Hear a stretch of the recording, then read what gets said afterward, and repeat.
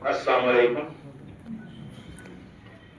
यहाँ पे जैसे कि इसका जो सेट किया गया है प्रोसीजर वो यही है कि हमें डिमांड्स करनी है। एक्चुअली मैम मैं एजुकेशन सिस्टम को लेकर बात करूंगा, एक यहाँ के इंफ्रास्ट्रक्चर को लेकर बात करूंगा। जो दो मेन टॉपिक है उनको मैं करूंगा। सबसे पहली बात कि सारे लोग एजुकेशन सिस्टम की बात तो कर रहे हैं, एक पॉलिसी जिसे न्यू एजुकेशन पॉलिसी कहा जाता है। यहाँ पे सारे लोग जो है मुबल्लिग है, पढ़े लिखे हैं, लेकिन आज तक किसी ने यह ध्यान नहीं दिया कि ये जो न्यू एजुकेशन पॉलिसी कॉलेजेस में इंप्लीमेंट की जा रही है, क्या इस न्यू एजुकेशन पॉलिसी को इंप्लीमेंट करने के लिए हमारे कॉलेजेस के पास स्टाफ मेंबर और इंफ्रास्ट्रक्चर है कि नहीं है। सबसे मेन बात, हमें इतने ज्यादा सब्जेक्ट्स दे दिए गए हैं कॉलेजेस के अंदर कि उनकी क्लासेस कहां की जाएंगी कुछ पता नहीं। दूसरी बात ये कि जो ये कॉलेजेस जहां आसपास खोल दिए गए डेवलपमेंट के नाम पे, कोटंका में कॉलेज खोल दिया, बुद्धल में कॉलेज खोल दिया, थन्ना मंडी में कॉलेज खोल दिया, यहाँ पे जो सब्जेक्ट्स है उन सब्जेक्ट्स में स्टूडेंट ही नहीं है। उसका रीजन ये है कि लैक ऑफ अवेयरनेस। हम डेवलपमेंट को कभी भी पॉलिटिक्स से अलग करके नहीं देख सकते। यहाँ पे हम किसी पॉलिटिकल मुद्दे पे बात करने के लिए नहीं आए, लेकिन ये एक बहुत बड़ी मेन जरूरत है कि जहां पे हमारे स्टूडेंट जो है वो पढ़ने के लिए जा रहे हैं, क्या उनके पढ़ने के लिए इंफ्रास्ट्रक्चर है, क्या उनके लिए स्टाफ जो है वो प्रेजेंट है वहां पे, क्या इतना स्टाफ जो है वो सारे सब्जेक्ट्स को कंक्लूड कर सकता है एक दिन के अंदर या नहीं कर सकता है। दूसरी बड़ी मेन बात कि सब लोगों का शायद इस बात पे ध्यान जा रहा होगा या नहीं जा रहा होगा, जो यूनिवर्सिटीज के अंदर पीजी में स्टूडेंट जा रहे हैं उनकी परसेंटेज अगर आज से 5 साल के मुकाबले में देखोगे, 2018 से पहले के देखोगे, अभी का देखोगे, वो परसेंटेज 70% गिर चुकी है।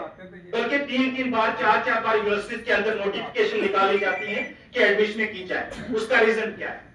तीसरी बड़ी बात कि जितने भी स्टेक होल्डर्स हैं वो एक चीज के लिए रिस्पॉन्सिबल है, जो हमारे अंदर इस जनरेशन के अंदर कूट कूट कर भरी गई है, जिसे हम मेंटल स्लेवरी कहते हैं, जिसे मेंटल इलनेस कहेंगे, या जिसे हम जहनी गुलामी कह सकते हैं। मैं आपको छोटा सा उदाहरण दूंगा। पिछले दिनों में ऑल इंडिया बार एग्जामिनेशन होता है, अगर उसकी आप पासिंग परसेंटेज देखोगे तो वो 85% है। उसके लिए भी पूरे जितने भी सोशल मीडिया है तूफान लगा दिया, कंग्रेचुलेशन कंग्रेचुलेशन। आज यूथ एंजाइटी में है। एक बार जाके आप जम्मू में सर्वे करके देखें, एक बार आप जाके दिल्ली में देखें कि वो यूथ किस कुर्ब से गुजर रहे हैं, लेकिन किसी को इस बात का ध्यान है? आपकी डेवलपमेंट किस तरीके से होगी जब आपको पता ही नहीं है कि स्टूडेंट किधर जा रहा है और स्टूडेंट क्या कर रहा है? उनको देखने वाला कोई है नहीं है। उससे बड़ी लानत ड्रग्स, लेकिन ड्रग्स भी तब आती है जब यूथ जो है एंजाइटी का शिकार होता है।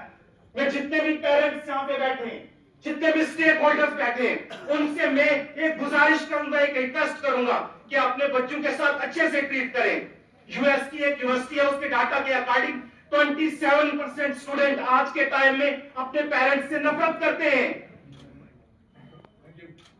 तो दूसरा जो है इंफ्रास्ट्रक्चर का मसला है। हमारे यहाँ हर तरफ रोड तो निकाल दिए हैं डेवलपमेंट के नाम पे, लेकिन जिन लोगों के घर गिर गए इस तूफान के अंदर, क्या उन लोगों को आज तक किसी ने जाके पूछा है? हमें जीएमसी दिया गया, जीएमसी होने के बावजूद भी हमें ट्रीटमेंट के लिए कश्मीर, जम्मू या चंडीगढ़ में जाना पड़ता है। तो लिहाजा जीएमसी के अंदर जो है वो फैसिलिटी प्रोवाइड कीजिए। सर एक मिनट। और तीसरी जो मेन जो बात है वो ये है कि जो रोड इंफ्रास्ट्रक्चर है, जो हमारी कम्युनिकेशन है वो बहुत ज्यादा लैग कर रही है, इसके में कमी होने की वजह से। शुक्रिया, मैं चाहूंगा कि इन चीजों पर गौर किया जाए। शुक्रिया।